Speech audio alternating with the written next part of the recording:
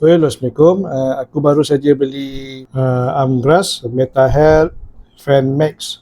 So rupa betul Amgras MetaHealth Fan Max tu macam ni lah. Kau nampak kan? So di atas ada kipas, ni tempat untuk turn on switch dan juga untuk charger.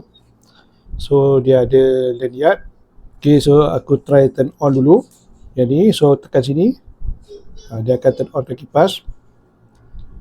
Okay, yang belah sini untuk speed kipas. So aku try 2, 3, 6, 3. Dia boleh sampai 100.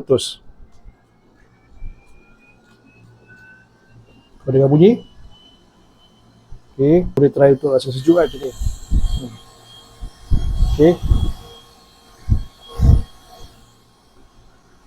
Kalau untuk sejukkan dia, kita boleh tolak lagi ke atas.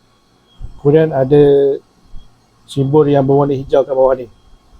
So dia akan, angin akan boleh rasa sejuk lah.